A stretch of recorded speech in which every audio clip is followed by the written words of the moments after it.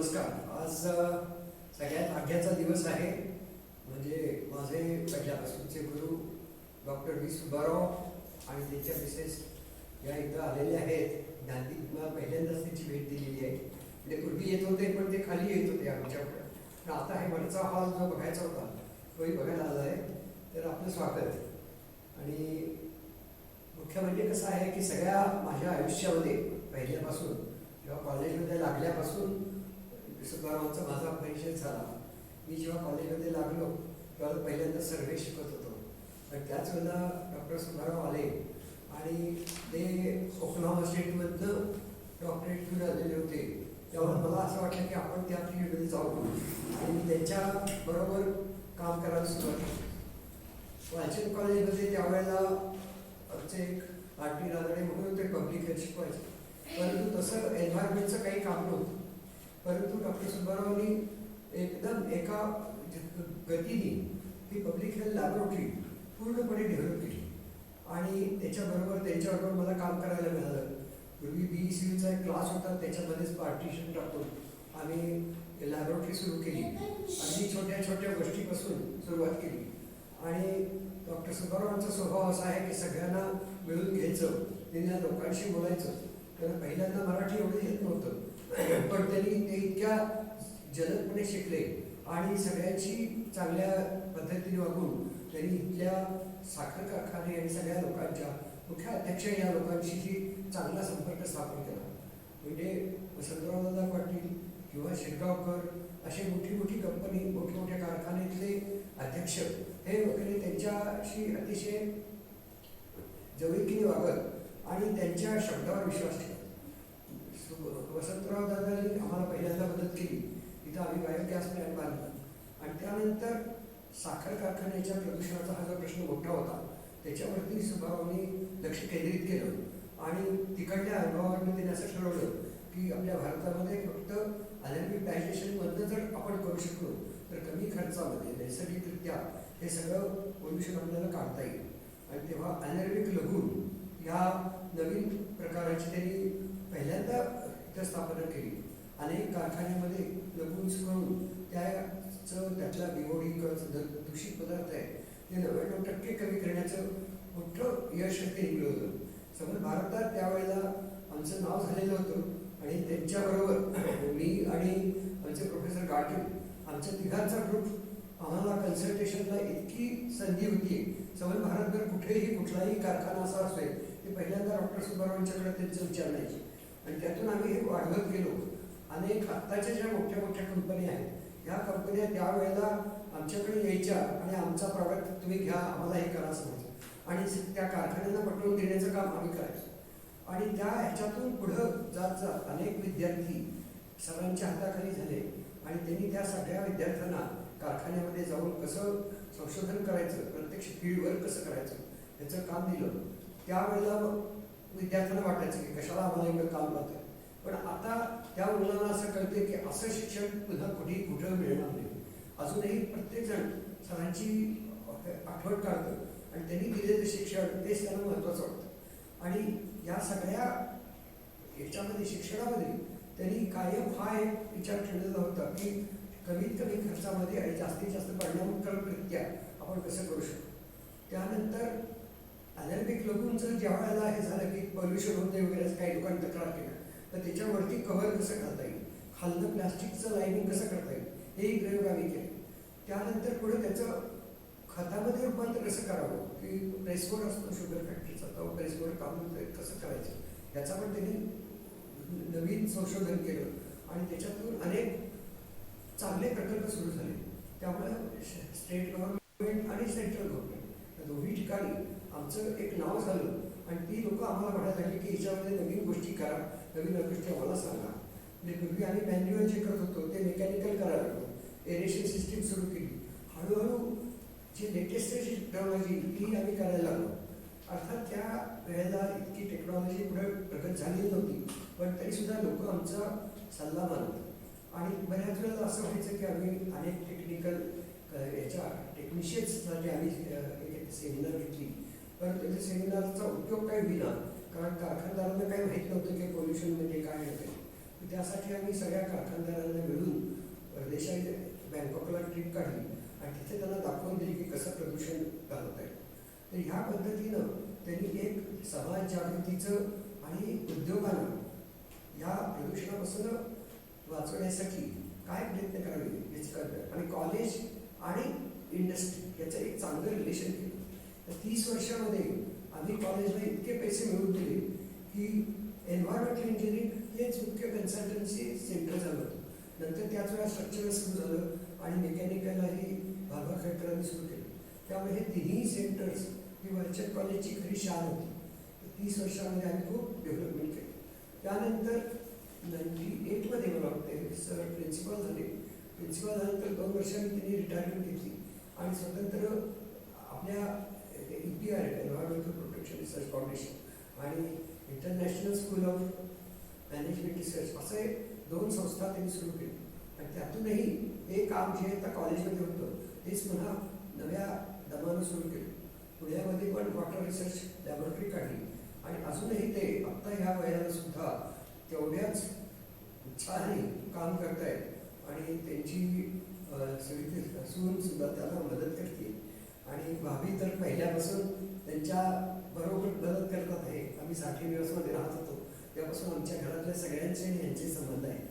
तर मी सरांना विनंती करतो की इथे थोडक्यात आपल्या थोडेसे जीवन काळाची माहिती द्यावी. इतर लोकांना ज्यांना माहिती नाही आहे त्यांना कळेल.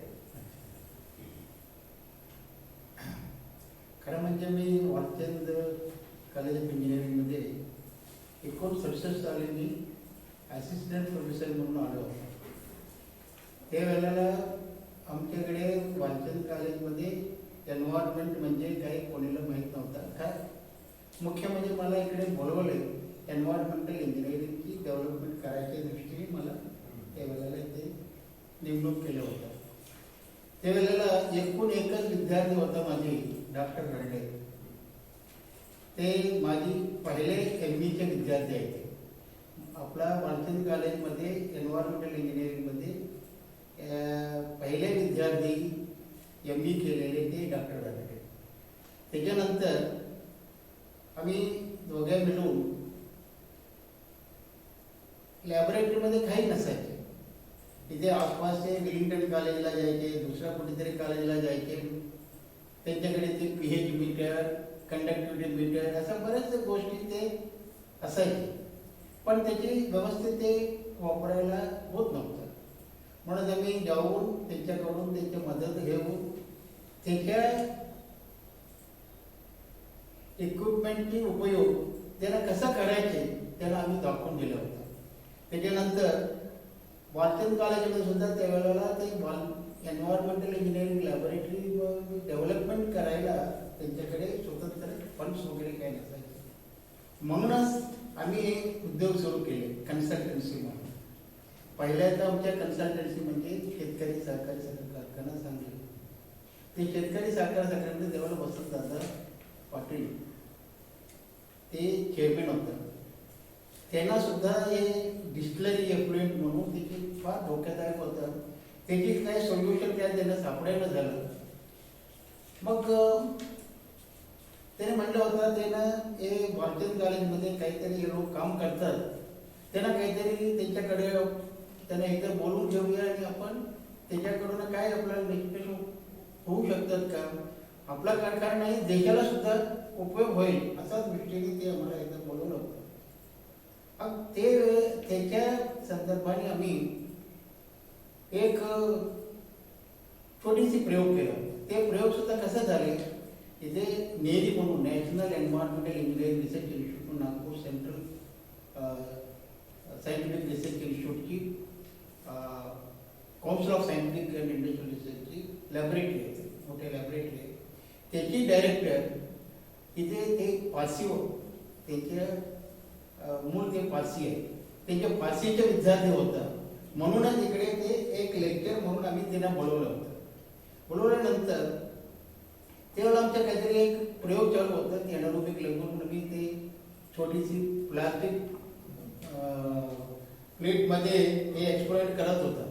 ते बघून त्याला आश्चर्यच वाटलं. ते अरे बाबा तुम्ही हे लोक चांगलं काम करतात हे काय पायलट प्लॅन काय करत नाही तुम्ही करून मग तुमच्या हे आमच्याकडून सुद्धा थोडाफार फंड्स वगैरे आपण तुम्हाला आम्ही देऊ असा दृष्टीने त्यांनी आम्हाला उत्साह दिला होता. पण प्रोफेसर आरसेवाला म्हणून ते वर्ल्ड रेनाउंड कन्सल्टंट आहे ते वर्ल्ड हेल्थ ऑर्गनायझेशनला बरेच वर्ष ते डायरेक्टर म्हणून होतं. आता ऑफकोर्स त्याच्यात 90चे पुढे असणार त्यांची वय आता ते रिटायर झाले असणार आणि कुठेतरी विश्रांती घेत असणार. मग हे प्रोजेक्ट आम्ही थोडा पायलट प्लॅन करायचे अशा दृष्टीने आम्ही वसंतदादा पाटील घेऊन असं ते आमचे प्रयोग चालू आहे. आपल्याला इच्छा असेल तर मी पायलट प्लॅनकडे करू म्हणून अवश्य करा म्हटलं. केल्यानंतर मी सुरू केलं. सुरू झाल्यानंतर त्यांना वाटलं होतं एवढा ते याच्यामध्ये ऑर्गॅनिक मॅट असताना आपण त्याच्यावर ना काही बाय प्रोडक्ट म्हणून गॅस वगैरे कसं काढू शकतो का ते विचार करू शकतो दादा. मग त्याच्यासाठी त्याला थोडाफार खर्च वगैरे लागणार ते प्रयोग करायला. म्हणजे ठीक आहे म्हणजे त्यावेळेला आम्हाला काहीतरी कॉलेजला काहीतरी 60,000 का 70,000 ते दिले होतं आणि ते स्पेंट वॉश कुठून कारखान्याकडून आम्हाला इकडे दररोज ते ट्रकवरनं स्पेंट वॉश पाठवायचे. त्याच्या कन्स्ट्रक्शनसाठी काय खर्च येतील सगळे आम्ही देतो आणि तुमची तिथे येण्या जाण्याची खर्च असले तरी आम्ही देतो. मग तुम्ही करा म्हटलं. मग त्यावेळेला आम्ही हे प्रयोग इथे सुरू केला आणि त्यांनी बॉम्बे म्युनिसिपल कॉर्पोरेशन आता गॅस मोजायचे आपल्याकडे यंत्रणा आमच्याकडे पैसा वगैरे काय नसायचे त्याच्यात त्यावेळेला कसं ते करायचे.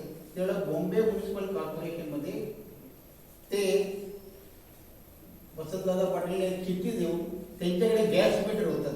एक गॅस मीटर तुम्ही त्यांना द्या. आमचे लोक इकडे काम करतात ते द्या म्हणून. मग तिने मी मुंबईला जेवून ते त्यांना भेटून मग ते गॅस मीटर वगैरे आणले होतं. कॉलेजमध्ये केले. गॅस चांगल्यापैकी यायची आणि ते जलायचे. वसंतदादा पाटील हळूहळू ते प्रत्येक महिन्याला एकदा 2दा चक्कर मारायचे हे प्रयोग कसे चालले आहे लोकांचे म्हणून. असं ते करत हे प्रयोग यशस्वी झाले. पण ते 70 सालाच्या गोष्टी आहेत.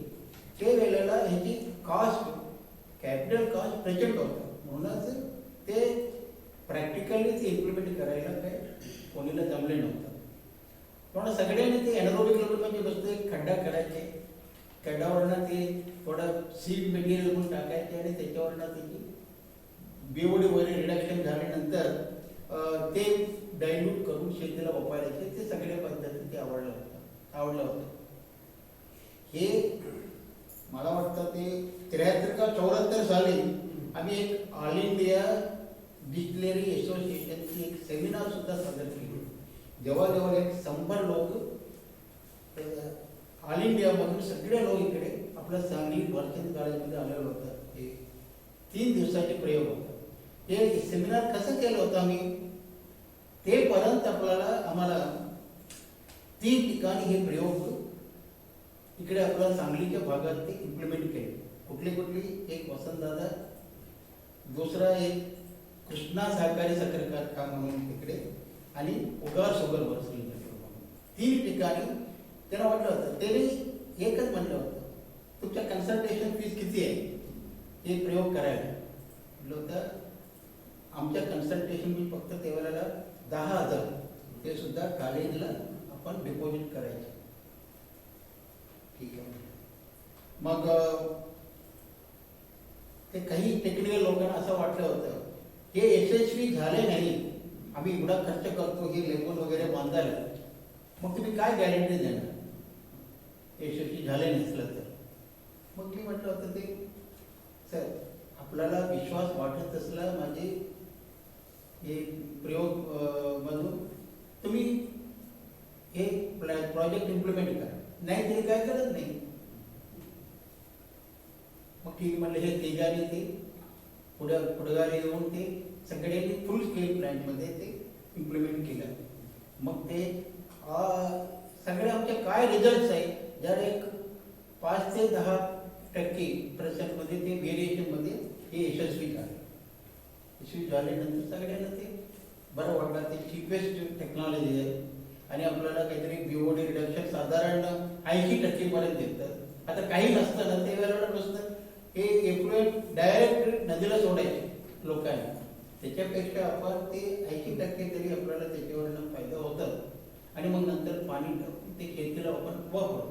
असा दृष्टीने जवळजवळ हे संपूर्ण देशामध्ये हे कन्याकुमारी पासून इकडे युपी मध्ये हिंदुस्थानची तिथपर्यंत ते संपूर्ण सगळ्या देशामध्ये जवळजवळ काहीतरी एक 60-70 डिस्टिलरीची हे प्रयोग त्यांनी फुल स्केल मध्ये वापरले. पण ह्याची आमच्या यशस्वी खरं म्हणजे वालचंद गार्जला द्यायलाच पाहिजे. ते वेळेला प्रिन्सिपल होतं जी.सी. कानिटकर साहेब म्हणून. त्यांनी काय म्हटलं होतं ते हे सुब्बारावची नाव नाही, हे आपलं कॉलेजचे नाव पुढे येतं. म्हणून सुब्बाराव तुम्हाला कुठे पाहिजे तरी इम्प्लिमेंट करा. तुम्हाला इकडे कॉलेजला इकडे कधी तुम्हाला कधी लेक्चर असलं तरी जावा, नाहीतरी नसलं तरी तुम्ही येऊन मग नंतर पूर्ण करा. पण हे आपला हे प्रयोग संपूर्ण देशामध्ये पसरलाच पाहिजे असं करून ते सगळ्यांनी इकडे केले. त्याची मुख्य म्हणजे मला 2 सहकारी होते. पहिल्यांदा फक्त रनडेच होतं, नंतर गाड केली. त्यांनी सुद्धा ते माझ्या आमच्या दोघांच्याकडे त्याची एमटेक एम बी झालेलं, त्यावेळेला एमटेक नाही MB म्हणायचं. ते झाल्यानंतर आम्ही शिवाजी विद्यापीठामध्ये भांडून हे एन्व्हायरमेंटल इंजिनिअरिंगची पोस्ट ग्रॅज्युएट कोर्सेस सुरू केला. ते पोस्ट ग्रॅज्युएट कोर्स सुद्धा कसा सुरू केला, ते वेळेला फक्त सिव्हिल इंजिनिअरलाच प्रवेश होता MB करायला. ते वेळेला मी बोर्ड ऑफ स्टडीजची चेअरमॅन होता. तेव्हा त्यावेळेला मी बोलते फक्त सिव्हिल इंजिनिअरिंग म्हणजे काही नाही, त्याच्यात हे मल्टी डिसिप्लिन आहे. कुठलंही ब्रँच, एक केमिकल इंजिनियर असू दे, एक सायन्स ग्रॅज्युएट असू दे किंवा ते इलेक्ट्रॉनिक्स असू दे, कुठल्याही ब्रँचची हे ME एन्व्हायरमेंटल इंजिनिअरिंग करायला ते योग्य ठरवलंच पाहिजे असं म्हणून आम्ही एक रिझर्वेशन आणले. आणि ते वेळेलापासून मला वाटतं 84 का 85 पासून मल्टी डिसिप्लिन कोर्स हे आम्ही पोस्ट ग्रॅज्युएट सुरू केला. हे झाल्यानंतर दुसरा एक प्रयोग आम्ही त्यात आमचे लेगूनचे जवळजवळ संपल्यासारखे, बिकॉज 85 साली बऱ्याच लोकांनी इतर देशामधून येऊन ते एनारोबिक डायजेस्टर म्हणून ते सुरू केलं. गॅस निर्माण करायची, त्याची टेक्नॉलॉजी वापरायची आणि ते म्हणून ते सुरू केले. म्हणून ते लेगून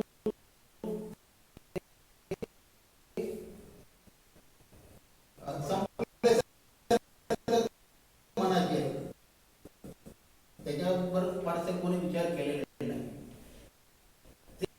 ते वेळेला आम्ही परत एक प्रयोग सुरू केला.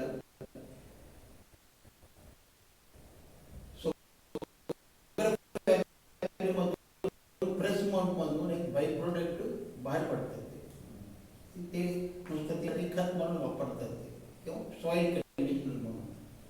ते प्रेस मध हे डिस्टिलरी स्पेंट वॉटर खत तयार करा एक प्रयोग सुरू केला इथे का ऑपरेटमध्ये.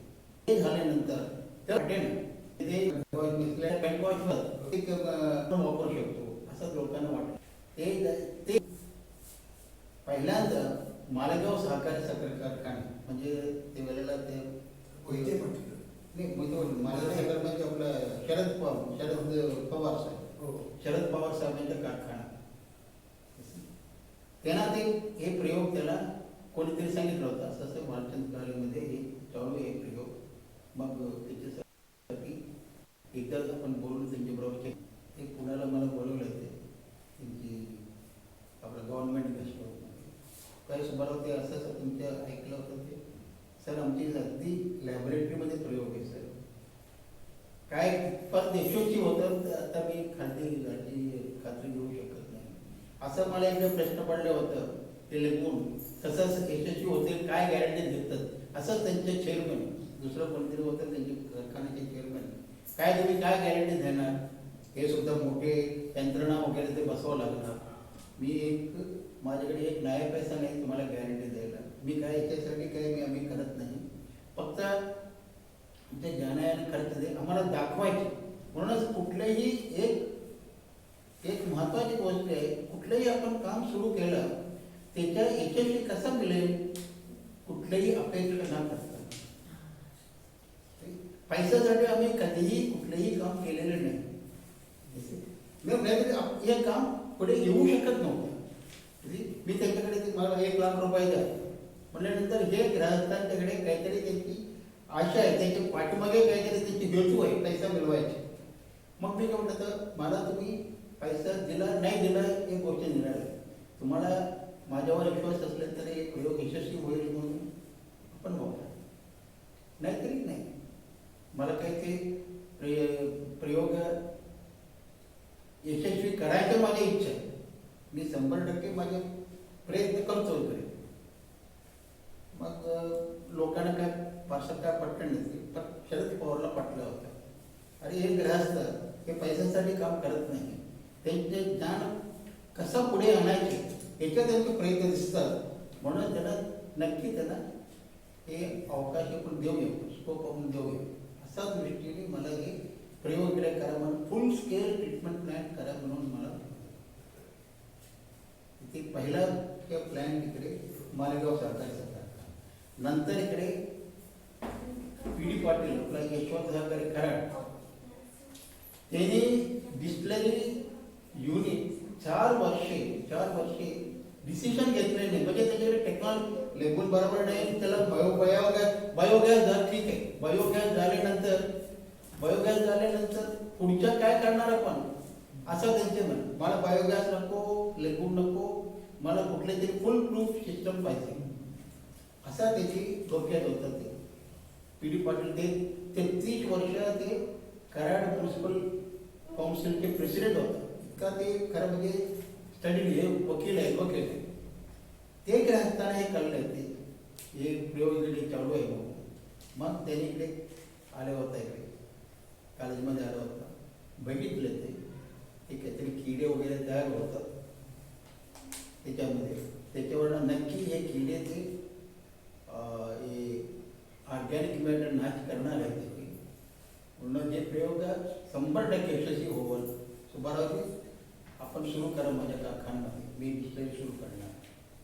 आणि 1 वर्षाने ते प्रयोग त्यांना पटलं आणि ते डिस्टिलरी सुरू केली. आता सुद्धा त्याच्या कंपोस्टिंगच्या पद्धतीने त्याचा चालू आहे त्याची प्लॅन. 45 केली डिस्टिलरी टेक्सटाईल बरं. आता ते सांगायचे म्हणजे टेक्सटाईल आहे, बरोबर आहे, टाईल्स आहे, सगळ्या क्षेत्रामध्ये जे काही कोणी असेल नाही. म्हणजे मुख्य सांगायचं म्हणजे माझ्याकडे आपण कुठलेही प्रयोग म्हणा, कुठले काम करायचं म्हटल्यानंतर पैशाचे किती पैसा मिळला असा दृष्टीने आपण काम केलं ते कधीही यशस्वी होणार नाही. तुम्हाला कधी त्याच्यावरनं निष्पन्न होणार नाही. तुमचे टेक्निक, तुमच्या नॉलेजनी कुठले कसं आपण पसरायचं बस. माझ्याकडे बरेच विद्यार्थी येत असतात, बरेच लोकांनी येत असतात. मी काही अपेक्षा करत नाही ते लोकांच्याकडून. मला माहीत असले तर राहण्या सुद्धा माझे सगळे शिष्य तसंच मी तयार केले होते तर आमच्याकडे काही अशा हे नसतं, मनात काय नसतं. हे knowledge it should be spread over everyone. आणि मुख्य म्हणजे लोकांनी डिव्होशनली चांगलं त्या टेक्निकल म्हणून काम करावं, पैसा मिळवण्याच्या दृष्टीने करू नये. आणि बऱ्याच वेळेला पोल्युशन कंट्रोल बोर्डामध्ये असे माणसं दिसली की ते काहीतरी मॅनेज करायचं, दुसरं सर्टिफिकेट द्यायचं, हे त्यांना अजिबात आवडायचं. काम केलं की ते व्यवस्थित व्हायला पाहिजे. शेवटी लोकांचा विश्वास आपण करतो कारखान्यावरती, लोकांचा जो हे असतो विश्वास तो जर गेला तर सगळं पंचायत. आता कृष्णेच्या प्रदूषणाबद्दल सुद्धा आम्ही बरंच काम केलं, शेरी नाला किंवा याच्याबद्दल सुद्धा. पण त्याच वेळेला मला वाटतं कावेरीची साथ होते, त्यावेळेला आपण बरंचसं इथं आम्ही डॉक्टरांच्या बरोबरही काम केलं बरंचसं. आणि त्याचे खरा दोष कशाचा वगैरे सगळं शोधून काढलं. त्यानंतर अनेक सेमिनार अनेक ठिकाणी अनेक शेतकऱ्यांची घेतली आणि इंडस्ट्रीयल लोकांची घेतली आणि बाहेरच्या लोकांची घेतली, परदेशातही जाऊन आलो. आणि असा हा प्रवास पुढे पुढे आमचा वाढत गेला आणि त्याबरोबर विद्यार्थ्यांचाही पसारा वाढत गेला. फार उपयोग झाला विद्यार्थ्याला, बराच उपयोग झाला त्याच्यावरनं. ते विद्यार्थ्यांच्या सोबत आम्ही जायचे, त्यांच्याबरोबर काम करायचे. आम्ही कधी कोणीला काम करा म्हणून सांगायचेच नाही ते आम्ही त्यांच्यासोबत काम करायचे. ते तुम्हाला लोकांना माहीत नाही, ते वेळेला त्यांचे डेझर्टेशन आमच्याकडे नसायचे तिकडे. रात्री आम्ही इकडे वालचंदकालाच्या पाठीमागे क्वार्टर्स असायचे. ते मला सांगतो, आमचे जावई आहेत ना सुहास सर, ते त्यावेळेला राहत होते, ते पण एम करत होते. तर ते म्हणजे सर सकाळी येतात 5 वाजता, त्यांचा मित्र होता, ते बोलवतात, अरे चल आपल्याला ते जायचं आहे या कारखान्यावरती. म्हणजे पहाटे 6 वाजता 5 वाजता येऊन बरं असं त्या खांद्यावर पाठ ठेवून तिच्याशी बोलायचे. अगदी म्हणजे विद्यार्थ्यांशी मित्राच्या दृष्टीने वागून त्यांना सगळ्यांना त्यांनी अगदी आपलंसं केलेलं होतं. तर त्यामुळं सुब्बाराव आम्ही आमची कायम खोल्या उघड्या असायचे, कोणी यावं, काही प्रश्न विचारावे. आणि सर सुद्धा जेव्हा लेक्चर घ्यायचे ते प्रत्येकाला एकमेकाला मुलाला सांगायचे, एकमेकाला विचारायला सांगायचे, त्यांना मुलाला सांगायचे. म्हणजे त्यांनी सगळे हे आत्ताचे निर्णय कारखान्यामध्ये हे ज्या कॉलेजेसमध्ये प्रोफेसर्स आहेत हे सगळे त्यांनी घडवलेले आणि ते फक्त त्यांच्या एखाद्या प्रोजेक्टच्या अनुभवावर आज सगळं करतात. आमच्याकडे सगळ्या विषयातले प्रोजेक्ट करणारी मुलं आहेत. त्यामुळे आमचा तसा म्हटलं तर अनुभव खूप आहे, फक्त तो अनुभव आता आम्हाला देणं अवघड झालेलं आहे. कारण कसं आहे, टोटल राजकीय या सिस्टीममध्ये टेक्निकल ह्याला महत्त्व फार कमी झाले, जास्त लिगल आणि या गोष्टी जास्त महत्त्व आहे. मला असं वाटतंय, मी आता बहिणींना जरा मी बोलायला सांगतो की भावींचं आमचं कसं आहे की साठे निवासमध्ये आलं असतं, म्हणजे तुम्ही अगदी तिथे राहायला आलेलो सुद्धा तुम्ही पहिल्यांदा क्वार्टर्सवर होते, इकडे राहत होता का डायरेक्ट साठे निवास होतं आधी? नाही, डायरेक्ट साठी निवास नाही, आम्ही इकडे होतं पलीकडे झाली का? हा, ते गाडगे वगैरे होते का? नाही त्यावेळेला हे होतं नोकरे गोळ्यांच्या तिथं होता का तुम्ही? हा, गोळ्यांच्या तिकडे पलीकडे तिथं राहतो. वहिनी तुम्ही जरा बोला, इकडे बघून बोला. ते सांगतील की तुम्ही आता सांगा, नाही सहज तुमचं सांगा की लग्न झाल्यापासून कसं आलात, सहज बोला की. आणि काय आमचं म्हणजे माझ्या शुभाकांक्षी काय काही सांगितलं तुमचं कसंही कोणत्याही भाषेत तुम्ही बोलताय काय प्रश्न नाही. तुमचं नाव सांगा आणि केव्हा लग्न झालं आणि तिथं आल्यापासून कॉलेजशी कसा संबंध आला किंवा शुभांगीशी कसा?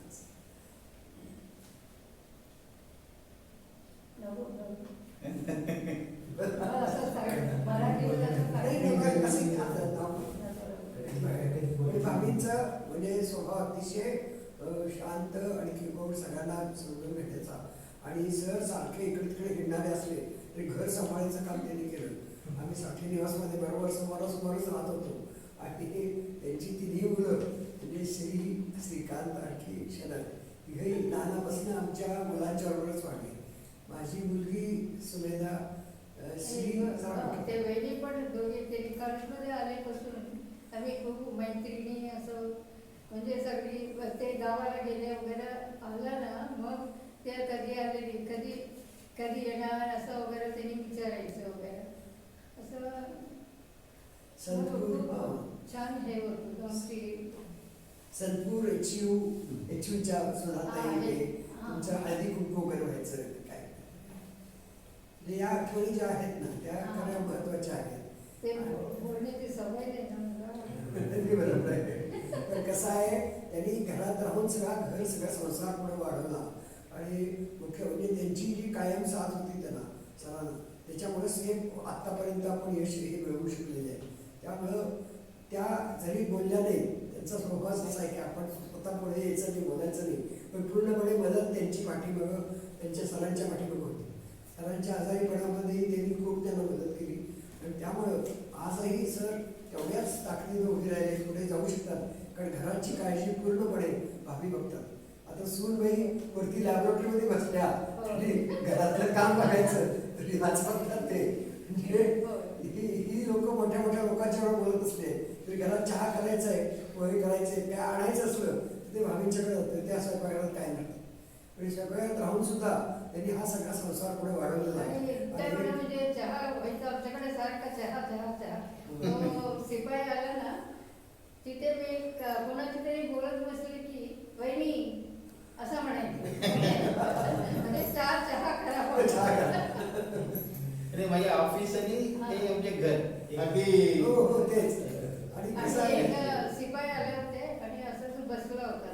टेबलावर बसला ते किटली घेऊन. ते म्हणलं, अरे काय कशाला आला? म्हणजे, नाही चहा पाहिजे होते. चहा पाहिजे होते, साहेब नव्हतं ना, कोण सांगितलं चहा म्हणा? आणि चहा मी विसरलो, माझी पाय इकडेच आला म्हणला. नेहमीसारखं सवय झाली पण पाय इकडेच आला असा तो सांगत होता.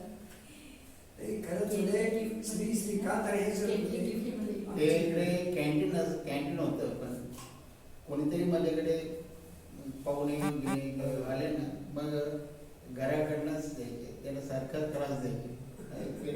4 चहा 5 चहा म्हणजे ते हॉटेल सारखंच होते म्हणजे ते. आणि लॅबोरेटरी आमची समोरच होती. लॅबोरेटरीमध्ये कोणी गेस्ट आला तरी सरांच्याकडनं घरात आणायचं.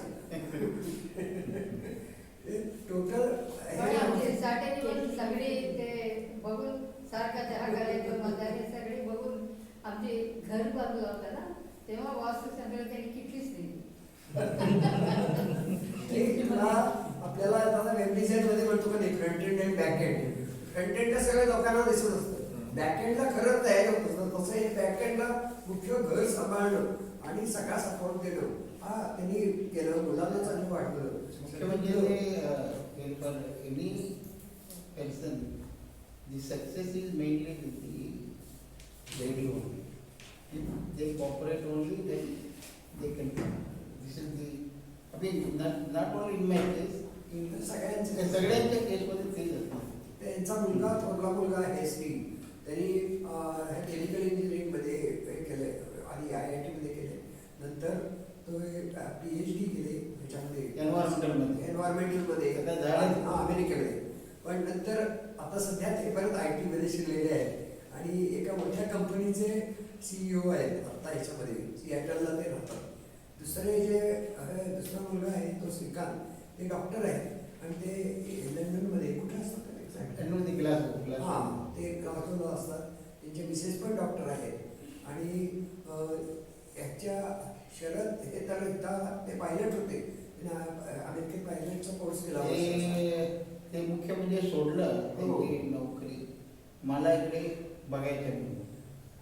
तेच ते काय म्हणाले, एक तरी मुलगा राहू दे घरी. आता काय झालं परिस्थिती, सगळ्यांनी ते आता इतर देशात असायचे आणि आमची ती ओल्ड एज मध्ये काय करायचे असं मोठे प्रश्न पडलेले होते. बरेच लोकांना एक प्रश्न आहे, but that boy remain for our welfare. आणि नंतर यांचे बाकी नातेवाईक सुद्धा मला बरेचसे माहिती आहेत. ज्योती डॉक्टरला is taking care of the laboratory and other aspects, technical side of the laboratory. So that's how they are helping me. आणखी ते तुमच्या याच्या पैदा बहिणी, नंतर आणखी गोपालकृष्णन, ही सगळी नातेवाईक यांची सगळी बाकीची सगळी माहिती आहे सगळी. त्यांच्याकडेही ते आम्ही गेलेलो होतो हैदराबादमध्ये, आम्ही तेव्हा त्यांच्याकडे राहायचो. त्यामुळं सुब्बाराव आणि राजडे आमचं एकच कुटुंब असल्यासारखं आहे. आम्ही एकमेकांचं जरी आम्ही दिल्ल्या स्टेटमध्ये राहत असलो आणि भाषेमध्ये जरी प्रश्न असला तरी सुब्बारावांनी इतक्या चटकन मराठी शिकले की मला काही तेलगू शिकता आलं नाही. दुसरं महत्वाचं म्हणजे friends they are the real people who would help you for your career. You see, technically म्हणा, दुसरं काहीतरी तुमचे डेव्हलपमेंट म्हणा. तुम्हाला सांगतो, मी 67 साली आलो होतो. 70 का 71 साली मी आहे ते घर इकडे राहायला. ते देवळाला जमिनीची किंमत किती होतं तुम्हाला आजच्या पद्धती, स्क्वेअर फूट 1 रुपये. पण 1 रुपयाचे सुद्धा 5,000 रुपये माझ्याकडे नसायचे. ते माझे एक दोस्त होतं जोगळेकर म्हणून, त्याने वारले आता. त्यांनी म्हटलं होतं, सर माझ्याकडे पैसे नाही राहत सर, तुम्ही आत्ता नाही, तुम्हाला कधी मिळेल ते वेळेला तुम्ही द्या. पण हे it's a golden opportunity for you. मग त्यांनी दुसऱ्या दोघांच्याकडे ते माझी शेजारीची फ्लॅट घेतलं होतं, फ्लॅट दिलं होतं, पण त्याला विकायचं होतं, दुसरं कोणाला विकलेलं नाही. सुब्बारावजी तुम्हाला हे दोन्ही प्लॉट तुम्हाला उपयोग पडेल पुढे मागे ते डेव्हलपमेंटसाठी. अरे परत माझे हेच प्रॉब्लेम व्हेरीफाय तुम्ही गप्प बसा तुम्हाला ते काही हप्त्याने द्या तुम्ही लॉस वगैरे म्हणायचं ते सगळं तिथल्या आमच्या सिव्हिल डिपार्टमेंटमध्ये मॅक्झिमम मॅनेजमेंट गुरु म्हणल्यासारखे सगळ्या गोष्टीमध्ये आम्हाला मदत कसं करायचं. ते इतकं ते लोकांनी काही आपला दोष आहे ते इतकं मदत करतात तुम्हाला असं तर मला हे बॅट मला एक पुण्याला एक बंगला आहे ते बंगला कसं आहे की ते सुद्धा मी 72 साली का 73 साली घेतलं होतं. माझे एक ME विद्यार्थी होतं त्यांच्या भावाने कॉन्ट्रॅक्टर आहे. सर हे फ्लॅट इकडे आमच्या बाबाने डेव्हलप केलेलं होतं तुम्ही एक ते घ्या. अरे बाबा काय ते 2 लाख रुपये कुठून आणायचे त्यावेळेला 2 लाख रुपये होतात त्याच्या किंमत कुठून आणायचं काय नाही सर हळूहळू द्या तुम्ही काळजी करू नका मी सांगतो नाहीतर मी पैसा भरतो. म्हणजे एक स्वभाव चांगला असला की लोक कशी मदतीला येतात असं आणि ते त्याच्यातून त्यांनी माणसाची जोडली. आता काय होतं परप्रांतातला माणूस आला की लोकांना शंका येते की कसं वागेल काय तसं नाही. परंतु हे इथं आले हे मराठी झाले आणि मराठी इथल्या सगळ्या राजकीय पुढाऱ्यांच्यावर सुद्धा त्यांनी जे वर्चस्व स्थापन केलं मला आश्चर्य वाटायचं. तुळशीदास जाधव आहे तिकडं अंकुशराव टोपे असू दे कुठल्याही प्रत्येक कारखान्याचे अध्यक्ष हे यांना पर्सनली ओळखायचे. कोपरगावचे शंकरराव काळे असू दे ते दिवसे हे असू दे कोण शंकरराव संजीवनीचे कारखाने कोल्हे सगळ्या यांची आम्हाला माहिती होती. फक्त काय व्हायचं आम्ही जायचो बरेच वेळा कामाला फक्त त्यांना सुभाराव नक्की ते माहिती असायचे. मी आणि गाडगे यांच्यात गोंधळ व्हायचा तर मला ते गाडगे म्हणायचे त्यांना त्याला माहिती होते ही लोक येतात बरोबर पण मेनली ते सुभारावच विचार सुभारावने काय सांगितलं असं केलं ना ठीक आहे. आता पहिल्यांदा आम्हाला काय होतं आमचं सुद्धा नॉलेज एवढं नव्हतं. आम्ही कागदावर असा स्केचेस काढायचो आणि ते द्यायचो तिथं. मग तिथलं सिव्हिल इंजिनियर तो सगळं करायचा होता. नंतर मग आम्हाला लक्षात आलं की ते त्यांच्या इथं चुका होतात पहिला ते आम्ही इथं सुरू केली. आमच्याकडे पोरे म्हणून होता तो सगळं ते ड्रॉइंग करायला लागला. मग हळूहळू आम्ही एक अशी सिस्टीम सगळी डेव्हलप केली. मायक्रोबायोलॉजी शिकायलासाठी एक मायक्रोबायोलॉजीचा माणूस ठेवला आहे. हळूहळू एअर पोल्युशनचं सुरू केलं. त्याच वेळी GD अगरवाल आले होते त्याच्यामुळं एअर पोल्युशनचं माझं PhD वॉटरमध्ये झालं. वॉटरची काही कामं केली. त्यामुळं हळूहळू एन्व्हायरमेंटच्या सगळ्या फील्डमध्ये आम्ही कन्सल्टेशन सुरू केलं. फक्त काय झालं की त्यानंतर पुढच्या काळामध्ये मी मध्ये आजारी पडलो 8-10 वर्षाचा होतो. ब्रेनमध्ये मला ट्युमर झालं होतं. त्यावेळेला सरांनी मला खूप मदत केली. दरवेळेला दवाखान्याला जायचं तिथंच बेळजेला जायचं कोल्हापूरला जायचं लगेच ते गाडी द्यायची पाठसकर म्हणून आमचे ड्रायव्हर होते ते गाडी पाठवायचे आम्ही जायचो. सुदैवाने मी त्याच्यातनं चांगला झालो. त्यानंतर सुद्धा आमचा संपर्क कायम राहिला आणि आत्तासुद्धा याच्या पुढच्या काळामध्ये आम्ही ज्ञानदीप फाउंडेशन आणि त्यांचं आत्ता जे लॅबोरेटरी आहे याच्याशी आम्ही संपर्क साधलो नाही. याच्यातून मुख्य उद्देश एवढाच आहे की नव्या पिढीला या पोल्युशन कंट्रोलबद्दल आणि टोटल एन्व्हायरमेंटल प्रिझर्वेशनबद्दल काम ज्ञान द्यायचं.